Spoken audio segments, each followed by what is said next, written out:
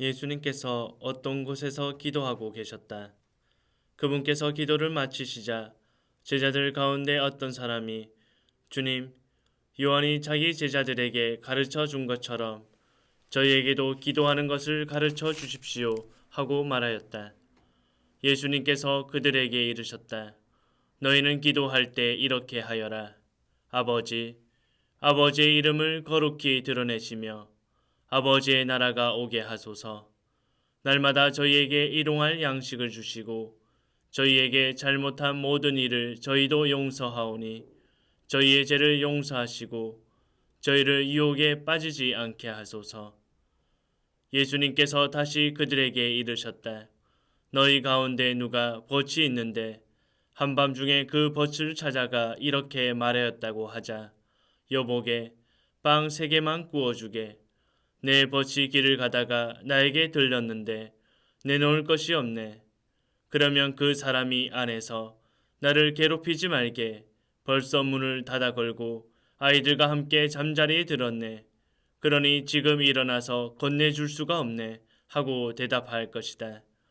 내가 너희에게 말한다. 그 사람이 벗이라는 이유 때문에 일어나서 빵을 주지는 않는다 하더라도 그가 줄곧 졸라대며 마침내 일어나서 그에게 필요한 만큼 다 줄 것이다. 내가 너희에게 말한다. 청하여라. 너희에게 주실 것이다. 찾아라. 너희가 얻을 것이다. 문을 두드려라. 너희에게 열릴 것이다. 누구든지 청하는 이는 받고 찾는 이는 얻고 문을 두드리는 이에게는 열릴 것이다. 너희 가운데 어느 아버지가 아들이 생선을 청하는데 생선 대신에 뱀을 주겠느냐? 달걀을 청하는데 정갈을 주겠느냐? 너희가 악해도 자녀들에게는 좋은 것을 줄 알거든.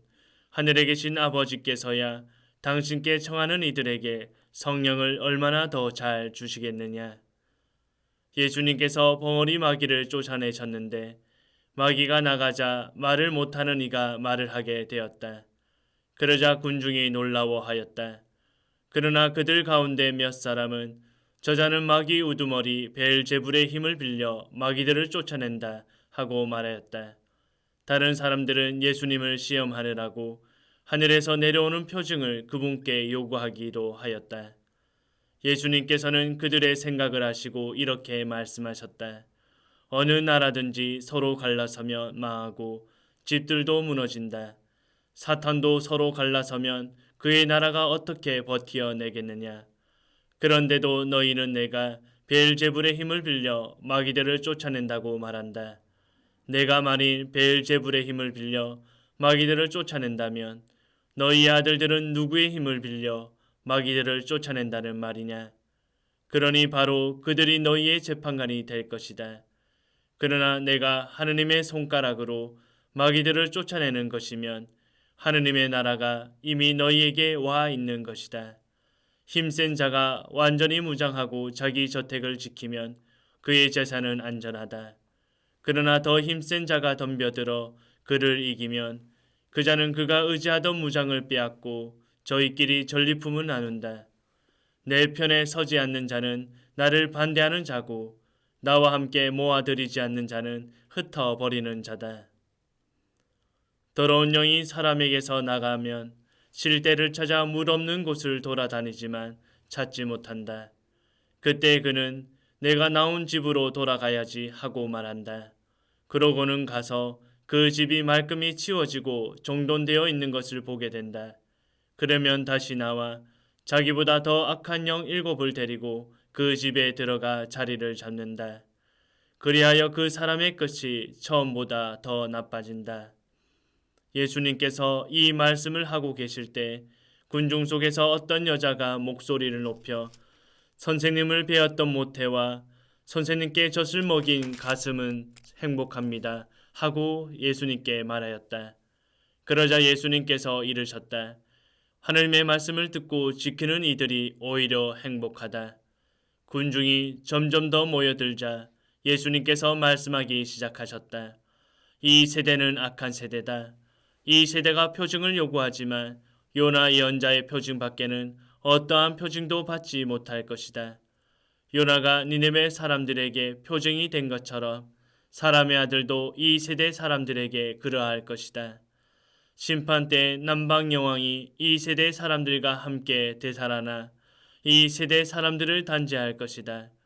그 여왕이 솔로몬의 지혜를 들으려고 땅 끝에서 왔기 때문이다. 그러나 보라, 솔로몬보다 더 큰 이가 여기에 있다. 심판 때 니네베 사람들이 이 세대와 함께 다시 살아나 이 세대를 단죄할 것이다. 그들이 요나의 설교를 듣고 회개하였기 때문이다. 그러나 보라, 요나보다 더 큰 이가 여기에 있다. 아무도 등불을 켜서 숨겨두거나 함지 속에 놓지 않는다. 등경 위에 놓아 들어오는 이들이 빛을 보게 한다. 내 눈은 내 몸의 등불이다.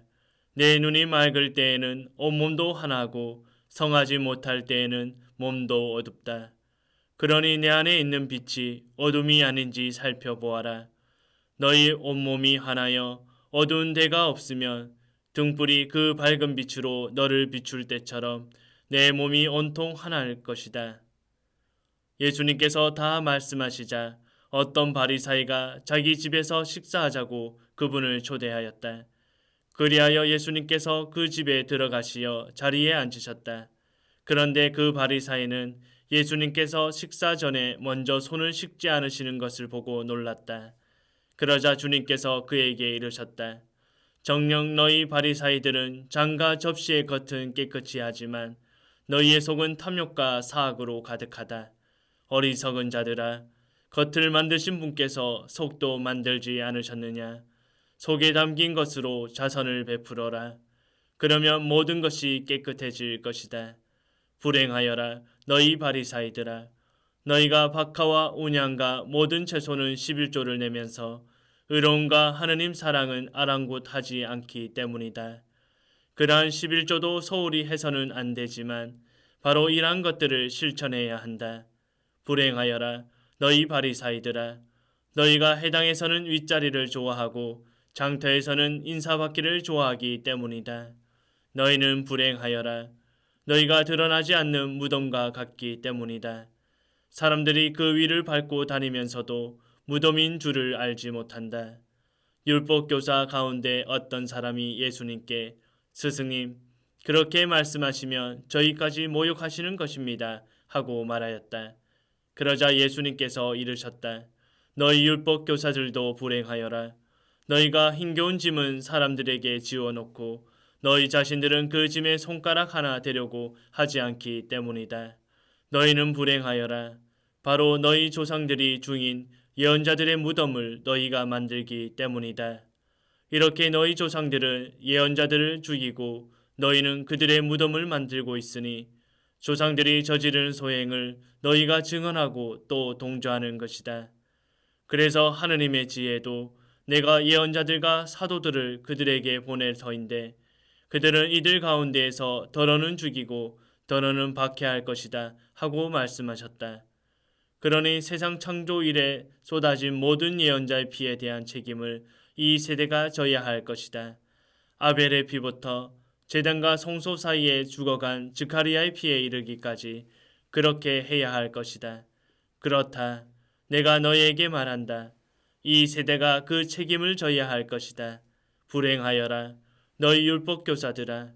너희가 지식의 열쇠를 치워버리고서 너희 자신들도 들어가지 않고 또 들어가려는 이들도 막아버렸기 때문이다. 예수님께서 그 집을 나오시자 율법학자들과 바리사이들은 독한 앙심을 품고 많은 질문으로 그분을 몰아대기 시작하였다. 예수님의 입에서 나오는 말씀으로 그분을 옭아매려고 노렸던 것이다.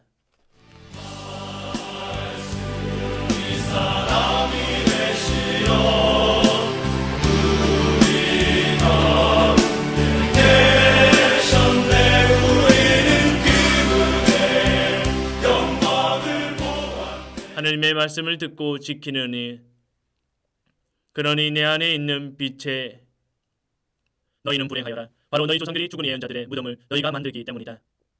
너희는